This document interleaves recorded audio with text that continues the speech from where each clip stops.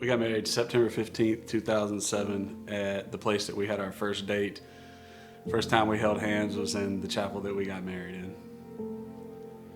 The thing that makes me laugh and smile is probably one of the conversations we had sitting on the porch of the clubhouse up at the mountains. And we sat there in rocking chairs with our feet up on the dock and just had some of the rawest, realest conversation I've ever had with anybody in my life. He asked me what my biggest fear in life was, and I told him my biggest fear in life was not having children. In 2010, we started to try to get pregnant. We went to the doctor and found out that it was a male infertility issue. The first time we went through in vitro, we had 9 embryos in the beginning. Most of the embryos died off and we only had 2 left. And once they put those 2 in, I just knew I was pregnant. I just felt it in my bones. They called and said that the pregnancy test was negative. I remember feeling like there was no hope left for us. It was like I was being punished. You know, pain was a sign for us. It pointed the way to some things that we needed to deal with.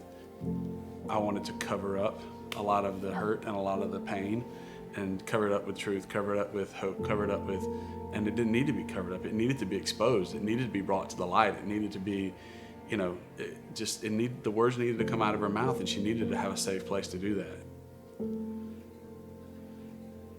It came to a point that I gave up and said, okay, Jesus, this is you. It's not me anymore. I'm going to quit fighting this battle. That's when he said, I will fight for you. You don't have to fight anymore. And that's when the peace came. I had expectations of the Lord that weren't supposed to be there.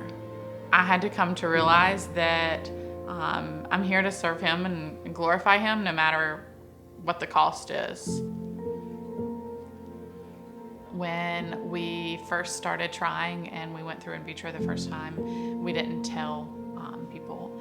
And not inviting them into that space actually created a lot more hurt within me and a lot more hurt within our marriage. The second time around, we invited them into this space, and being open and honest about our struggles with infertility has given us a much bigger family and community. Also, just this created this bigger awareness of hidden things that people are shameful over, that they shouldn't be shameful over. The Lord doesn't desire for us to not have children. He desires for us to prosper. And there's no reason that we should carry around shame that we can't have children.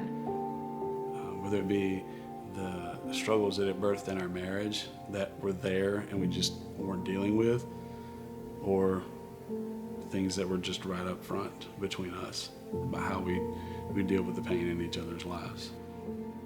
Our vulnerability with our story is meant to be a blessing to other people, that they can come out of the shadows about whatever it is that they're going through.